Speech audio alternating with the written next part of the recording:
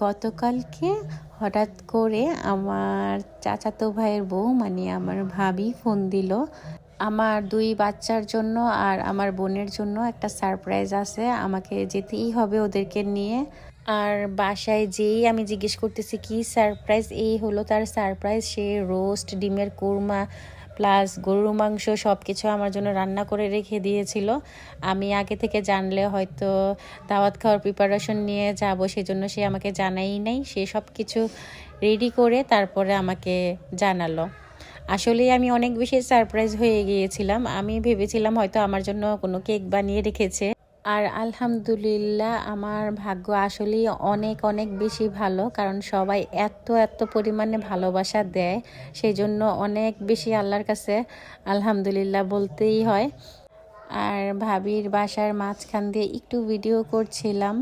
এটা মূলত আমার চাচার বাসা, কিন্তু চাচা বেঁচে নেই, বাট আমার ভাইরা সবাই অনেক বেশি কেয়ার করে। চাচা থাকলে হয়তো যতটুকু নিত সেম আদরটাই তার ছেলেরা আজ পর্যন্ত করে যাচ্ছে।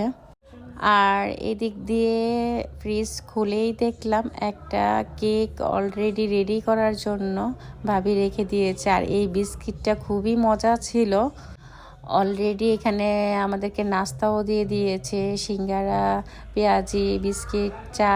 আর এদিক দিয়ে ভাবি অলরেডি কেকের কাজ শুরু করে দিয়েছে। আর সবার শেষে কেকটা সারপ্রাইজ হিসেবে থাকবে। আর এদিক দিয়ে কেক যখন বানাচ্ছিল তখন আমার বাচ্চারা অলরেডি নিয়ে নিয়ে খাচ্ছিল এখান থেকে ক্রিমগুলা। আজকে আমরা একটু ডিফারেন্ট কালার ট্রাই করতেছি, ইয়েলো কালারটা ট্রাই করতেছি। আর ভাবি ফ্লাওয়ারের কাজগুলো অনেক ভালো পারে। এই যে তার হাতে করা গোলাপগুলা সে সেট করে দিচ্ছে, গোলাপগুলা খুবই সুন্দর হয় ভাবির হাতে। আর কোনো রকমের কোনো কোর্স না করে সে এমনিতেই নিজে নিজে এত বেশি বেশি ভালো পারে। আর ভাবি উপরের গোলাপগুলা করেছিল আর নিচের গোলাপগুলো আমি করেছি। আর এই গোলাপগুলো আমি ফার্স্ট টাইম ট্রাই করলাম। এর আগে আমি কখনোই গোলাপের ট্রাই করিনি।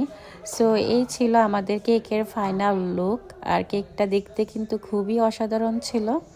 আর এই দিক দিয়ে আমার ছেলে দুষ্টুমি করেই যাচ্ছে, তো ওইগুলাই আমি ভিডিওতে ক্যাপচার করছিলাম।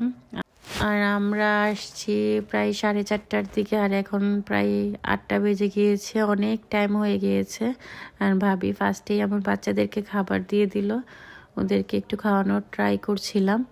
দেন আমাদেরটাও টেবিলে সার্ভ করে দিয়েছে। আর এদিক দিয়ে তার এই ছিল সারপ্রাইজ। এখানে গরুর মাংস রান্না করেছিল, সাথে পোলাও করেছিল, আবার সাদা ভাতও করেছিল।